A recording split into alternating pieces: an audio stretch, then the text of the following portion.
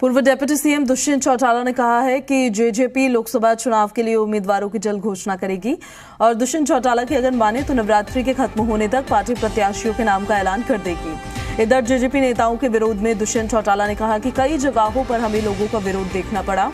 अपने लोग हैं, चुनावों में जीत भी उन्हीं लोगों ने दिलवाई है, लेकिन इस तरह के विरोध में कांग्रेस और इनेलो के पदाधिकारी भी शामिल थे। कुछ राजनीतिक पार्टियां चुनाव के माहौल को खराब करने की कोशिश कर रही हैं।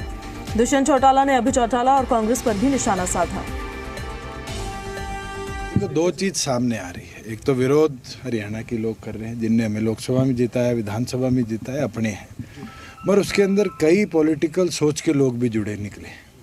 दिग्विजय का विरोध करने वाले आईएनएलडी और कांग्रेस के पदाधिकारी थे। डॉक्टर अजय सिंह चौटाला जी का कुंगड़ में विरोध हुआ, एक लड़के ने किया, और जब उसको देखा गया, समझा गया, तो वो विरोध करने वाला और कोई नहीं निकला। वो विरोध करने वाला भी कांग्रेस का पदाधिकारी मिला, किसी सेल का। तो ये साफ दिखता है कि प्लान्ड स्ट्रेटेजाइज तरीके से पॉलिटिकल पार्टियां भी राजनीतिक माहौल को खराब करने का काम कर रही हैं।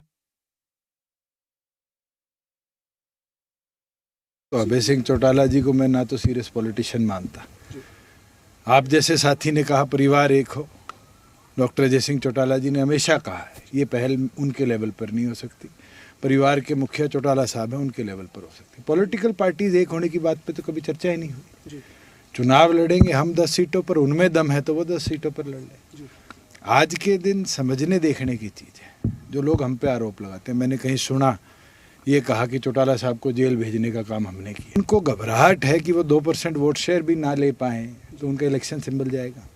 उनके घबराहट है कि क्या उनके पॉलिटिकल पार्टी का अस्तित्व खतरे में है। तो ये सारी चीज़ें कोई सीरियस पॉलिटिशियन कभी नहीं उठाएगा, और हर रोज अपने बयान को बदलने वाला पॉलिटिशियन जनता के सामने साफ हो जाता है। पार्टी पूरी तौर पर तैयार है, और अभी तो चुनाव लंबा है।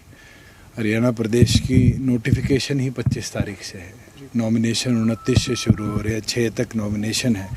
तो पार्टी मजबूत उम्मीदवार 10 की 10 लोकसभा सीटों पर उतारेगी और मजबूती से चुनाव लड़ेगी। नवरात्रों का निर्णय किया था, अभी तो शायद 17 या 18 तक नवरात्रे हैं।